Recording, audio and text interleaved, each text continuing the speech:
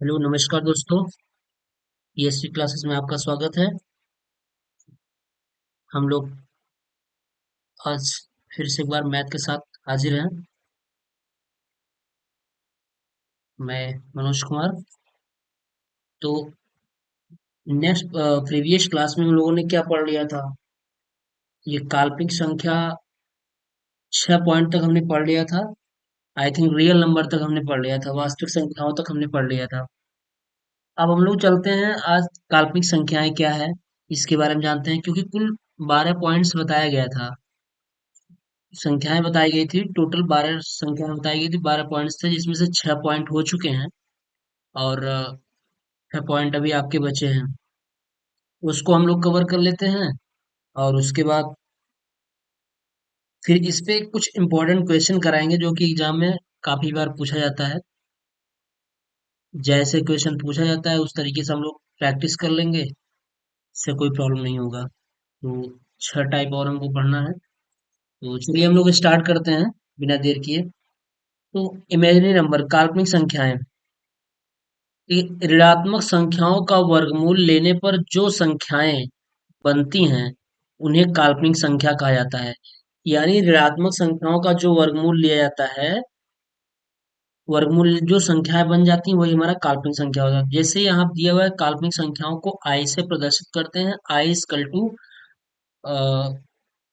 मजला कोष्ठक में √-1, √-2, √-3, √-4। अगर हम √-4 का, सपोज दैट ये √-4 का अगर हम वर्गमूल लेंगे तो जानते हैं क्या बचेगा? -1 रूट में बच जाएगा और इंटू क्या हो जाएगा? ये 2 हो जाएगा, 2 निकल जाएगा। लेकिन इसको हम ऐसे इस तरीके से कर सकते हैं कि -1 इंटू 4 कर सकते हैं। तो जैसा कि आपको पता है कि 4 का एलसीएम क्या होगा? 4 का एलसीएम 2 तो हो जाएगा, लेकिन -1 बचा रहेगा। यही रूट में -1 यहीं पर रहेगा। और आपको पता होना चाहिए कि रूट में -1 की वैल्यू आई होती है, इसलिए ये 2i हो जाएगा। 2i। फिलहाल आपको एग्जाम में इतना नहीं लिखना है, आपको एग्जाम में केवल इतना ही, अगर क्वेश्चन आ रहा है तो आपको एग्जाम में केवल इतना ही लिखना है। ये आगे की बेस में, जैसे कि इंटर में एक इमेजिनरी नंबर वहां पर था, उसमें ऐसा निकल के आ रहा था कि रूट में -1 की वैल्यू हमेशा आई होती है। ठीक है। तो एग्जाम में आपको केवल इतना ही तक लिखना है कि रूट में -1 इंटू 2, इसकी ये वैल्यू हो जाएगी। आंसर आपका यही हो जाएगा। तो वही चीज है कि रूट में ये -3 की अगर वैल्यू निकालेंगे तो रूट में -3 की वैल्यू वही है, क्योंकि इसका वर्गमूल तो होगा नहीं, 3 का वर्गमूल तो होगा नहीं, तो इसलिए आपका ये ऐसे रह जाएगा। ठीक है। चलिए आगे देखिए। अब आता है सम संख्या, इवन नंबर। सम संख्या क्या होती है, इसके बारे में हम लोग देख लेते हैं। तो वे संख्याएं जो दो से पूर्णतः विभाज्य हो उन्हें सम संख्या कहलाती है। यानी हम कह सकते हैं कि वह संख्या जो दो से पूरी पूरी विभाजित हो जाए, कट जाए, ठीक है, वो क्या कहलाएगी? सम संख्या कहलाएगी। जैसे इवन नंबर और ऑड नंबर, आप कुछ वर्ष पहले आप सुने होंगे कि दिल्ली में इवन नंबर और ऑड नंबर का कुछ एक सिस्टम चल रहा था। जब वहां दिल्ली में प्रदूषण ज्यादा बढ़ गया था तो क्या कर रहे थे, वहां की सरकार केजरीवाल ने क्या किया कि इवन और ऑड नंबर का एक सिस्टम लागू कर दिया कि कुछ इस डेट को इवन नंबर चलेंगी गाड़ियां, इवन नंबर की गाड़ियां चलेंगी, और इस डेट को ऑड नंबर की गाड़ियां चलेंगी। यानी हम ये कह सकते हैं कि उसमें ये सिस्टम था कि लास्ट की जो डिजिट सम संख्या में आ जाती थी, वो मंडे, ट्यूसडे, थर्सडे समथिंग ऐसे कुछ करके था वहां पे, कि सपोज दैट अगर जो इवन नंबर की गाड़ियां हैं, लास्ट में जो डिजिट इवन नंबर है उसकी गाड़ियां संडे, मंडे, ट्यूसडे, जो भी वहां का रूल्स था उसमें चलेंगी। उसके बाद जो ऑड नंबर की गाड़ियां थी, जो विषम की गाड़ियां थी जिसके लास्ट डिजिट विषम संख्या हुआ करती थी, उसकी गाड़ियां 3 दिन, जो बचे हुए शेष 3 दिन थे उसमें चला करती थी। तो ये सिस्टम था। फिलहाल ये तो जीके जीएस का पोर्शन है, इससे मतलब नहीं है, लेकिन ये इवन और आड़ आया गया इसलिए मैं आपको बता दिया। तो देखिए यहाँ पे होता क्या है कि वे संख्याएं जो दो से पूरी पूरी तरीके से विभाजित हो जाए उन्हें सम संख्या कहते हैं। यानी कि कोई भी संख्या जो दो से पूरी तरीके से कट जाए, विभाजित हो जाए, वो हमारी सम संख्या कहलाएगी। जिसमें रिमाइंडर ना बचे, शेषफल ना बचे। जैसे इसमें लिखा है 2 है, 4 है, 6 है, 8 है। अगर हम 8 को 2 से डिवाइड डिवाइड करेंगे दोस्तों, तो इस इसमें हम 2 से भाग देंगे, तो 2 चौके 8 कितना आ गया? 2 चौके 8 पूरी पूरी कट गया। फिर 4 में भाग देंगे, 2 दूनी 4 पूरी पूरी कट जाएगा। 6 में भाग देंगे, 2 तिहाई 6 पूरी पूरी व्यक्त हो जाएगा। तो यही चीज है सम संख्या, ठीक है। ये हमारी सम संख्या हो जाएगी, जिसमें 2 से पूरी भाग देने पर वो पूरी पूरी विभाजित हो जाए। ये सम संख्या थी, बिल्कुल सिंपल। अच्छा, इसमें एक नोट पॉइंट ये है कि कैसे आप पहचानेंगे कि सम संख्या है वो 2 से विभाजित तो होगा कि नहीं होगा, क्योंकि हो सकता है संख्या बहुत बड़ी बड़ी दे दी जाए। तब उसमें आपको देखना हो कि यार अब ये ऐसा तो नहीं है कि इसको हम 2 से विभाजित करना शुरू करें, कि 2 से हम विभाजित कर रहे हैं तो फिर ये पता चले कि ये 2 से पूरी पूरी कट जा रही है या नहीं कट रही, ये पता चलेगा।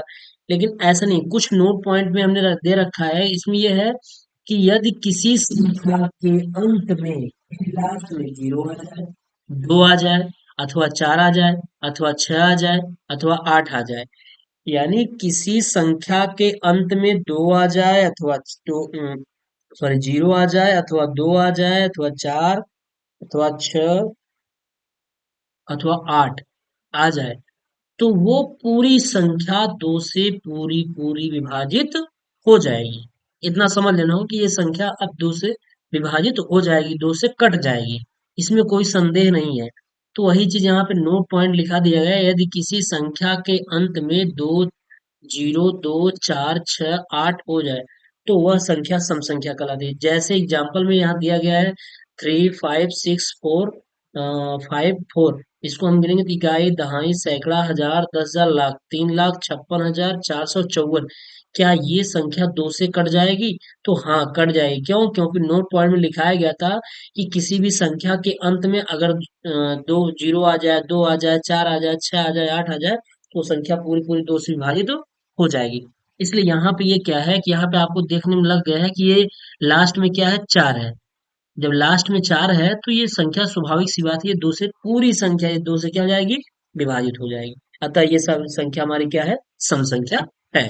तो यही सम संख्या की पहचान है, क्योंकि बहुत बड़ी बड़ी संख्या दे रखी रहेगी, तो आपको 2 से काटने में समय लगेगा। आपको उसको पता करने के लिए लास्ट का डिजिट, लास्ट वाला डिजिट देख लेना होगा, क्या ये नोट पॉइंट जो दिया गया है इससे मिल रहा है कि नहीं। ठीक है, चलिए अगला देखते हैं। विषम संख्या, ऑड नंबर। अब विषम संख्या में क्या है? ऑड नंबर में कि वह संख्या, सम संख्या का जस्ट अपोजिट है ये। वह संख्या यानी ये संख्या जो 2 से पूर्णतः विभाज्य यानी विभाजित न हो, विषम संख्या कहलाती है। यानी जो संख्या 2 से पूरी तरीके से विभाजित ना हो जाए, यानी उसमें रिमाइंडर, लास्ट में रिमाइंडर बच जाए, शेषफल बच जाए, वह संख्या हमारी क्या कहलाएगी? ऑड नंबर कहलाएगी, विषम संख्या कहलाएगी। एग्जाम्पल के तौर पे आपको दिया गया है कि 1 3 5 7 9 11, यानी वही चीज दिया गया है कि जिस संख्या के अंत में 1 3 5 7 9 11 etc आ जाए, वो क्या कहलाएगी? वो हमारी विषम संख्या हो गई, लास्ट को हमारी विषम विषम संख्या हो जाएगी। तो यहाँ पे दिया गया जैसे 1 है, एक विषम संख्या है, 3 है, ये विषम संख्या है, क्योंकि 3 में जब 2 से भाग देंगे, 2 1 का 2, लेकिन एक शेषफल बच जाएगा। जैसे यहाँ देखिए 3 में अगर हम 2 से भाग देंगे, तो 3 1 का, सॉरी 2 1 का 2, और यहाँ बचा क्या? एक हमारा क्या बच गया? शेषफल बच गया। ये एक शेषफल बच गया, ठीक। इसलिए हमारी क्या है? विषम संख्या है। इसी प्रकार 5 है। जब हम इसी प्रकार 5 की बात कर लेंगे, 5 में हम 2 भाग देंगे, तो 2 दूनी 4 बचा, एक से इसमें एक रिमाइंडर बच जाएगा। 7 में 2 से भाग देंगे, 2 तिहाई 6, एक रिमाइंडर बच जाएगा। 9 में एक रिमाइंडर बच जाएगा। 11 में एक रिमाइंडर बच जाएगा। तो ये हमारी क्या है? विषम संख्या है। अब इसमें नोट पॉइंट में अभी इसमें क्या है? जब किसी संख्या के अंत में क्या आ जाए? किसी संख्या के अंत में 1 3 5 7 9 ये संख्याएं आ जाएं, तो क्या कहलाएंगी? वह संख्या हमारी विषम संख्या हो जाएगी। 1 3 5 7 9, अगर ये संख्या आ गई, तो वो संख्या पूरी हमारी क्या कहलाएगी? विषम संख्या। जैसे यहाँ एग्जाम्पल में दिया गया है, देखिए 2 5 6 4 3 7, क्या दाई सैकड़ा हजार 10,000 लाख 2,56,437। अगर हम इसमें 2 से भाग देंगे, तो कहीं ना कहीं शेषफल एक बचेगा, लास्ट में शेषफल बचेगा। तो जब शेषफल बच गया, तो हमारी सम संख्या वो हुआ ही नहीं, वो क्या हो जाएगा? विषम संख्या हो जाएगा। तो इसी में ये जो हमारा नोट पॉइंट दिया गया है, इसी में से मिला लीजिए। अगर लास्ट में इन इन पांचों में से कोई संख्या आ रहा है तो समझ लेना होगा कि ये क्या है, हमारी विषम संख्या है। ठीक। अब आता है अभाज्य संख्या। तो देखिए दोस्तों, अभाज्य संख्या क्या होता है, प्राइम नंबर क्या है। प्राइम नंबर को रूट नंबर के, रूट संख्या के नाम से भी जानते हैं। इसको जानते रहिए, कभी कभी हो सकता है कि अभाज्य संख्या न पूछ करके रूट संख्या पूछ ले। जब रूट संख्या पूछ लेगा तो वही अभाज्य संख्याएं जो होती हैं वही हमारी रूट संख्याएं भी हो जाती हैं। ठीक है। जो अभाज्य संख्या होती है वही हमारी क्या हो जाती है, ऋण संख्या भी हो जाती है। तो इस चीज को ध्यान रखिएगा। और ये क्वेश्चन बहुत ज्यादा पूछा जाता है, ऑब्जेक्टिव पूछा जाता है कि निम्नलिखित में से अभाज्य संख्या कौन सी होगी, है ना। अब भाज्य संख्या कौन सी होगी, तो इस चीज को ध्यान दीजिएगा। देखिए लिखा है, वह संख्या जिसमें स्वयं और एक के अलावा किसी अन्य संख्या से भाग नहीं दिया जा सकता उन्हें अभाज्य संख्या या ऋण संख्या कहते हैं। यानी जिस संख्या में, या ऐसे कह लीजिए जिस संख्या के केवल दो गुणनखंड हो, दो से अधिक गुणनखंड ना हो, वो क्या कहलाएगी, हमारी अभाज्य संख्या कहलाएगी। जैसे देखिए, अगर हम सबसे छोटी अभाज्य संख्या की बात कर ले तो क्या है, दो। अब ये कह रहा है कि वह संख्या जिसमें स्वयं और एक के अलावा, यानी ये किससे किससे कटेगी, या तो ये दो से कटेगी और या तो किससे कटेगी, एक से कटेगी। तो वही चीज लिखा है कि स्वयं, स्वयं मतलब ये दो है तो दो से, दो से, या फिर एक, दो और एक के अलावा किसी अन्य संख्या से अब ये नहीं कटेगी। इसलिए हमारी ये क्या है, अभाज्य संख्या है या ऋण संख्या है। जैसे एग्जाम्पल के तौर पे देख लीजिए, आपका यहाँ दिखा देते हैं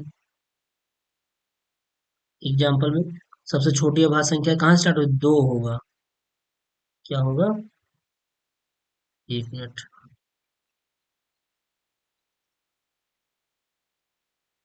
सबसे छोटी अभाज्य संख्या क्या हो जाएगी, दो हो जाएगी।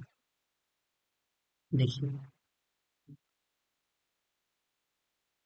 एग्जाम्पल, दो हुआ, तीन हुआ, ठीक, दो हुआ, तीन हुआ, पांच हो जाएगा, सॉरी, पांच के पहले, हाँ पांच हो जाएगा।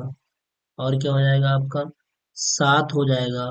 और क्या हो जाएगा, नौ तो होगा नहीं, क्योंकि नौ तीन से कटेगा, एक से कटेगा और नौ से कटेगा, उसके तो दो गुणनखंड ना हो गए, तीन गुणनखंड हो गए। 11 हो गया, ठीक, 13 हो गया, 17 हो गया, 19 हो गया, 21 नहीं होगा, 22 भी नहीं होगा, 23 हो जाएगा, 23 हो गया। ऐसे ही हमारा है, ईटीसी, ये ऐसे ही। देखिए ऐसा इसलिए हो रहा है कि ये दो किस किस से कटेगा, दो हमारा एक से कटेगा और दो से कटेगा। तीन किस किस से कटेगा, एक से कटेगा, तीन से कटेगा। पांच किस किस से कटेगा, एक से कटेगा, पांच से कटेगा। सात किस किस से कटेगा, एक से कटेगा और सात से कटेगा। 11 किस किस से कटेगा, एक से कटेगा और 11 से कटेगा। 13 किस किस संख्या से कटेगी, एक से कटेगी और 13 से कटेगी। और 17 किस संख्या से कटेगी, एक से कटेगी और 17 से कटेगी। 19 कैसे कटेगी, एक से और 19 से। 23, 23 से एक से कटेगी और 23 से कटेगी। यानी जिसके दो गुणनखंड हो, दो गुणनखंड से ज्यादा ना हो, वो हमारी क्या कहलाएगी, आभाज्य संख्या या ऋण संख्या कहलाती है। ठीक है। आई थिंक समझ में आ गया होगा, बिल्कुल सिंपल है, एक बार आप देख लीजिए। अभाज्य संख्या और भाज्य संख्या में अंतर है थोड़ा सा। इसमें अभाज्य संख्या में क्या होता है, इससे केवल केवल केवल और केवल दो गुणनखंड होते हैं। अब हम देख लेते हैं भाज्य संख्या क्या होता है। कंपोजिट नंबर, यौगिक संख्या। भाज्य संख्या को हम यौगिक संख्या के नाम से जानते हैं, और अभाज्य को किससे जानते थे, ऋण संख्या के नाम से जानते थे। ये हमारा हो गया आप यौगिक संख्या, इसको हम यौगिक संख्या भी कहते हैं। ठीक है। तो ये होता है वह संख्या जिसमें स्वयं और एक के अलावा किसी अन्य संख्या से भाग दिया जा सकता है, यानी अन्य संख्या से विभाजित हो जाए, उन्हें क्या कहेंगे, अभाज्य संख्या कहेंगे। यानी इसके गुणनखंड कितने हुए, दो से अधिक। इसके गुणनखंड कितने हो जाएंगे, इसके हमारे जो गुणनखंड होगा, गुणनखंड दो से अधिक होंगे, दो से अधिक। यानी उसका हम भाग देंगे तो एक गुणनखंड नहीं, दो गुणनखंड नहीं, दो गुणनखंड से अधिक हो जाएगा। जैसे देखिए दिया हुआ है, कि उदाहरण में 4 सबसे छोटी अभाज्य संख्या। अच्छा, सबसे अगर हम पूछें आपसे सबसे छोटी अभाज्य संख्या क्या है, तो ये पहले भी बताया जा चुका है। सबसे छोटी अभाज्य संख्या, सबसे छोटी अभाज्य संख्या, भाज्य नहीं,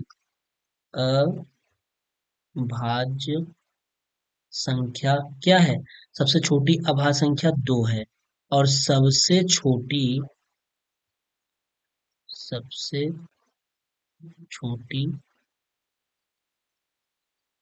भाज्य संख्या क्या है? 4 है। ठीक, इस चीज को ध्यान रखिएगा, बहुत पूछा जाता है ऑब्जेक्टिव में। तो वह संख्या जिसमें स्वयं और एक के अलावा किसी अन्य संख्या से भाग दिया जा सके, वो क्या कहलाता है? अभाज्य संख्या। जैसे देखिए 4 है, 4 के कितने गुणनखंड होंगे? 4 में किस किस से भाग दिया जा सकता है? 4 में 1 से भाग दिया जा सकता है, 2 से भाग दिया जाता है और स्वयं 4 से भाग दिया जाता है।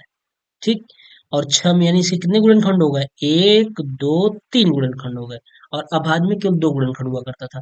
जैसे 8 हो गया, 8 1 से चला जाएगा, 2 से चला जाएगा और 4 से भाग दिया जा सकता है और 8 से दिया जा सकता है। 9 में किस से दिया जाएगा? 9 में 1 से दिया जा सकता है, 3 से दिया जा सकता है और 9 से दिया जा सकता है। ठीक, तो ये हमारी क्या हो जाएगी? भाज्य संख्या, कंपोजिट नंबर हो जाएगी। ठीक है, ये रहा। अब एक होता है को प्राइम नंबर, सह अभाज्य संख्या। यानी होता क्या है? संख्याओं का वह युग्म, देखिए को प्राइम नंबर क्या होता है? संख्याओं का वह युग्म जिसमें कोई भी उभयनिष्ठ गुणनखंड ना हो, कोई भी उभयनिष्ठ गुणनखंड ना हो, अथवा जिनका महत्तम समापवर्त क्या हो? एक हो, उन्हें सह आभास संख्या कहते हैं। यानी कुल मिला के आपको देखिए ये एचसीएफ जैसा है। कैसे जैसा है? एचसीएफ, जिसका कोई उभयनिष्ठ ना बन रहा हो। जब कोई उभयनिष्ठ नहीं बन रहा हो तो उसका एचसीएफ कितना आएगा? हमेशा एक ही आएगा। तो जिसका कोई उभयनिष्ठ न बन रहा हो अर्थात जिसका एचसीएफ एक हो, उसे आभास संख्या कहते हैं। जैसे यहाँ लिखा है देखिए 3 5, ये क्या है? 3 और 5, 3 5। अगर हम 3 का एचसीएफ निकालना चाहेंगे तो 1 × 3 होगा, और 5 निकालना चाहें तो 1 × 5 होगा। तो इसको हम क्या करेंगे? अब देखिए इसका उभयनिष्ठ क्या बन सकता है? केवल और केवल एक बन सकता है। ना 3 बनेगा ना तो 5 बनेगा। इसलिए यही बताया गया है, संख्याओं का वह युग्म जिसमें कोई भी उभयनिष्ठ गुणनखंड ना हो अथवा जिनका महत्तम समापवर्तक एचसीएफ एक हो, उन्हें सह आभास संख्या कहेंगे। जैसे 3 हो गया, 5 हो गया, 3 5 हो गया, 4 9 हो गया। 4 9 को अगर हम निकालेंगे तो 2 दूनी 4, और 9 कितना होगा? 3 3 9। कोई उभयनिष्ठ बना नहीं, लेकिन एक ऐसी संख्या है जो दोनों में घनिष्ठ बन रही, इसलिए इसका एक हो जाएगा। 5 और 7 ऐसे है, 17 और 19 है। तो ये हमारा संख्याओं का क्या है? अभाज्य संख्या है। तो अभाज्य संख्या में यही ध्यान रखिएगा कि उसमें उभयनिष्ठ गुणनखंड नहीं बनेगा। जो भी पेयर रहेगा उसका कोई भी उभयनिष्ठ संख्या नहीं आएगी। अगर हम उसका गुणनखंड भी करना चाहेंगे, एचसीएफ भी निकालना चाहेंगे, तो उसका क्या होगा?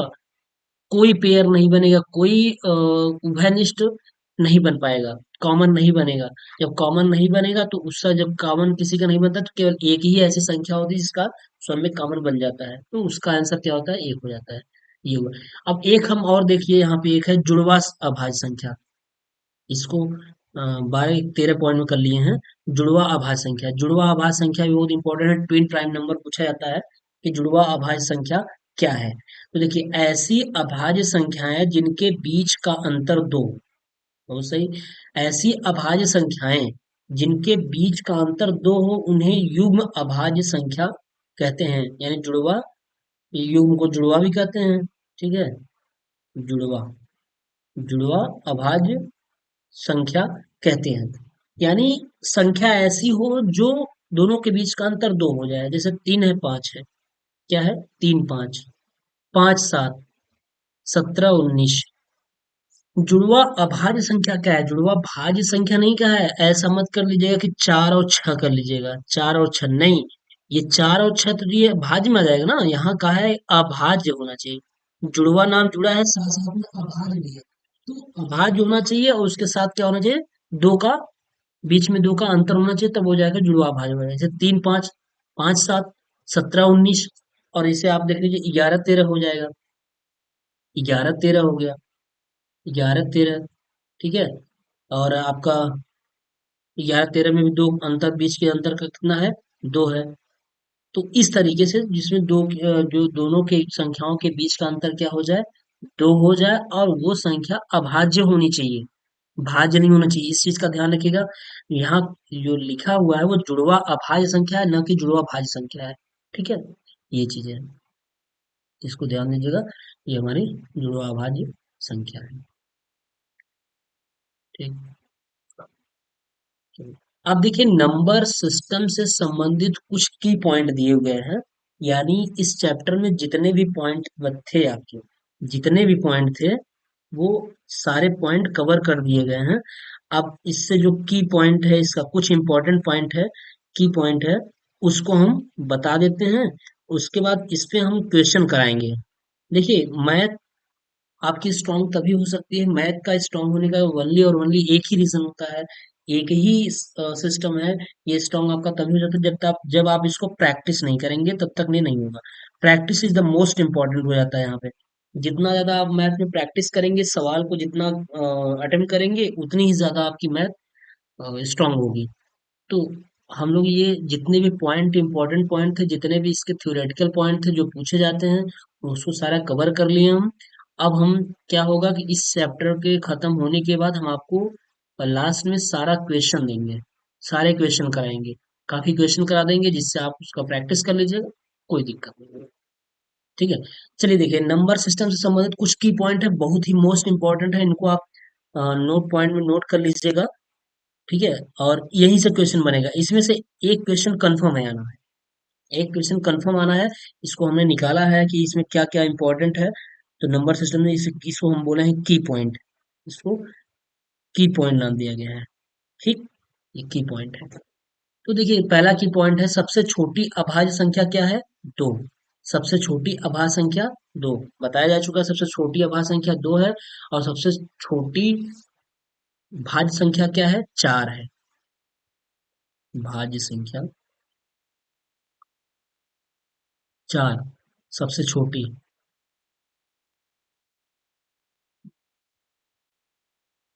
सबसे छोटी भाज्य संख्या क्या है, चार है।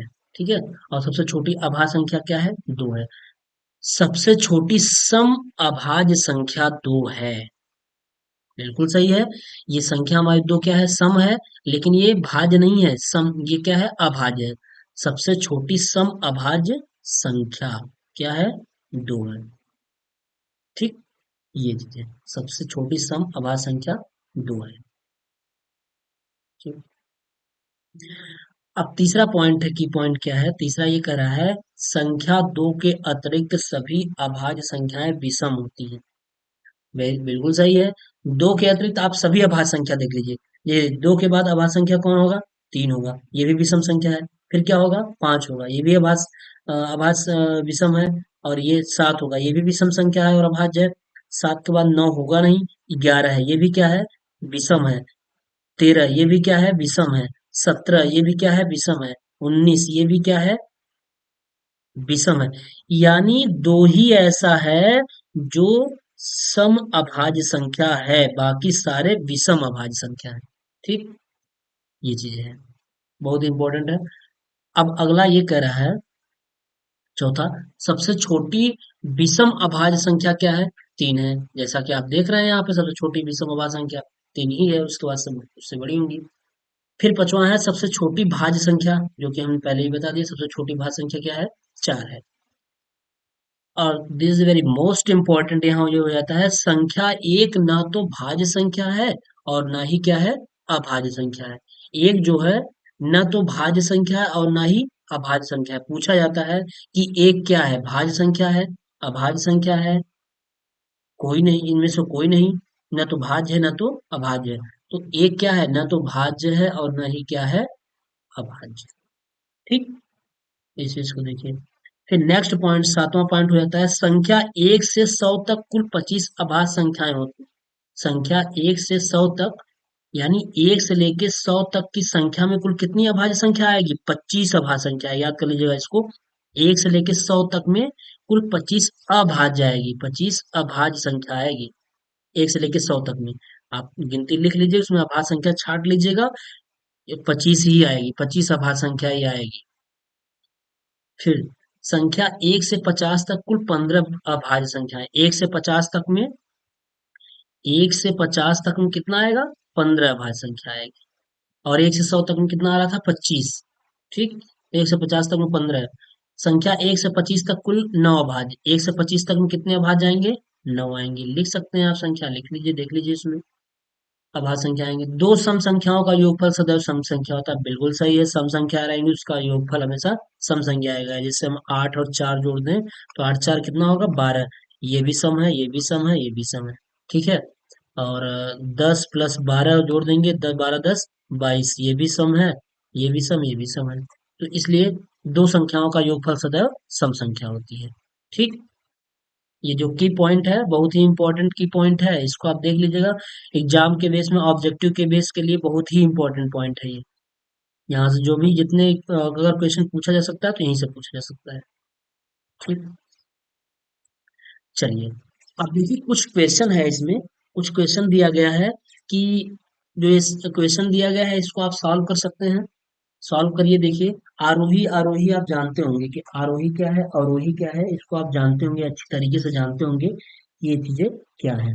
तो देखिए, इस क्वेश्चन को सॉल्व करने के लिए सबसे पहले आरोही क्रम को सॉल्व करने के लिए होता क्या है, हम इसमें बढ़ते हुए क्रम में लिखते हैं। कोई भी संख्या आरोही का मतलब होता है बढ़ते हुए क्रम। सबसे पहले छोटी संख्या लिखी की जाएगी, फिर उससे बड़ी, और लास्ट में सबसे बड़ी। तो एक मिनट, आरोही अवरोही आप पढ़े होंगे, लेकिन आप सिंपली पढ़े होंगे, यहाँ बटन दे दिया गया है आरोही।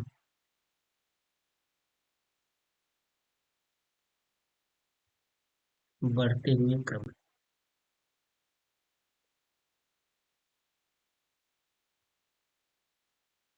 ठीक।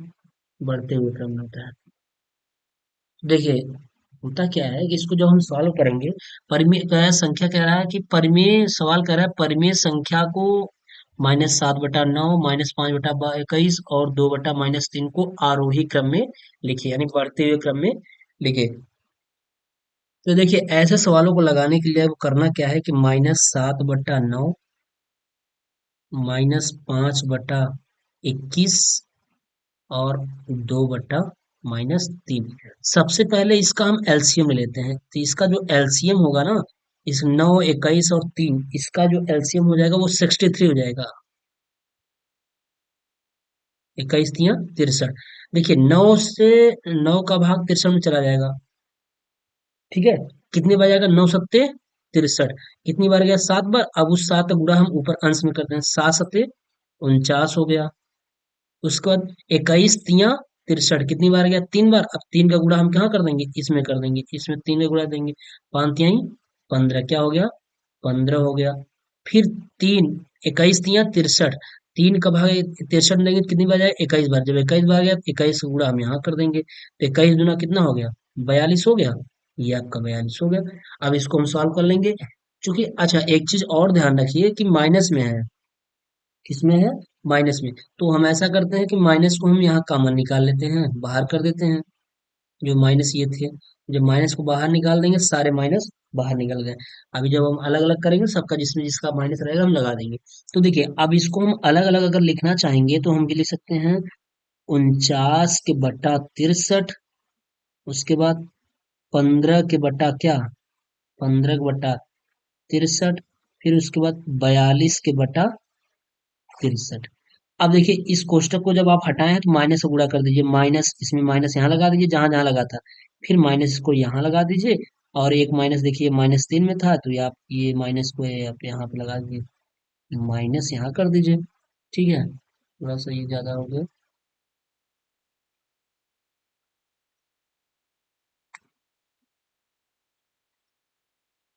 ये हो, ठीक, ये हो गया। तो अब देखिए, अब हम यहाँ से मुख्यतः यहाँ से हमारा शुरू होता है कि इसको हम कैसे आरोही क्रम में लिखेंगे। अब यहाँ लिखेंगे हम आरोही क्रम, आरोही क्रम। अब हम इसको आरोही क्रम में लिखेंगे। देखिए, माइनस की संख्या में जिस संख्या के साथ माइनस लगेगा रहेगा और वो संख्या जितनी बड़ी रहेगी, उतनी, अगर माइनस उसमें लग गया तो उतनी वो संख्या छोटी हो जाती है।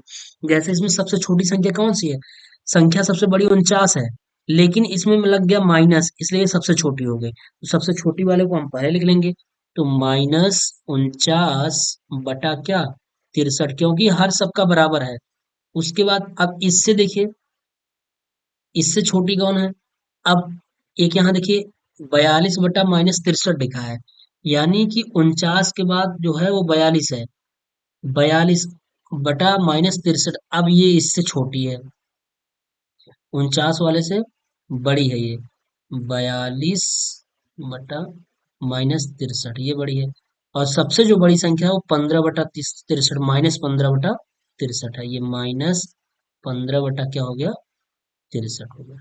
तो ये हमारा आरोही क्रम हो गया। ठीक है, ये हमारा आरोही क्रम है। सबसे छोटी ये संख्या, सबसे छोटी ये है, फिर उससे बड़ी ये है और सबसे बड़ी संख्या ये है। तो ये हमारी हो गई आरोही क्रम में, परिमेय संख्या को हमने आरोही क्रम में रख लिया। ठीक।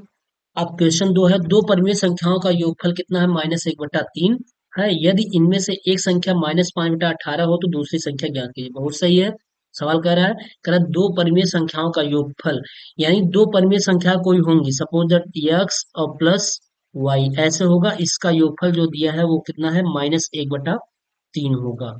ये होगा, सपोज दैट ऐसे ही होगा, दो परिमेय संख्याओं का योगफल, एक परिमेय संख्या हमारी x हो गई और दूसरी परिमेय संख्या हमारी y हो गई।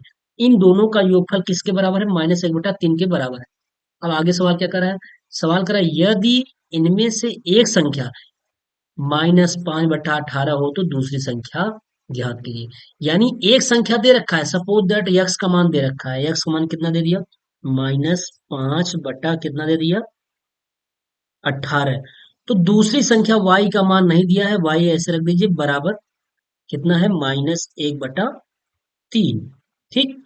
अब इसी दूसरी संख्या का मान निकालना है, y इक्वल टू, अब ये हो जाएगा -1/3, और इधर से ये इधर जब चला जाएगा तो क्या हो जाएगा? प्लस हो जाएगा। प्लस क्या हो जाएगा? प्लस माइनस है तो प्लस हो जाएगा, +5 बटा क्या हो जाएगा? 18 हो जाएगा। ये हो गया 5/18। अब इसका एलसीएम कितना हो जाएगा? इसका एलसीएम आपको पता है कि इसका एलसीएम 18 हो जाएगा। 3 × 18 आया कितना? -6। कितना हो गया? -6। -6 और +18 भाग 18 देंगे तो एक बार जाएगा, इसलिए ऊपर वाला अंश उतर जाएगा। क्या हो जाएगा? 5 बराबर कितना हो गया? -6 में से 5 गया, -1, -1/18। दूसरी जो संख्या पूछ रही थी, जो दूसरी संख्या ज्ञात कीजिए, दूसरी संख्या हमारी कितनी होगी? -1/18। ठीक। ये दूसरी संख्या हो जाएगी, तो इसको देख लीजिएगा एक बार फिर से।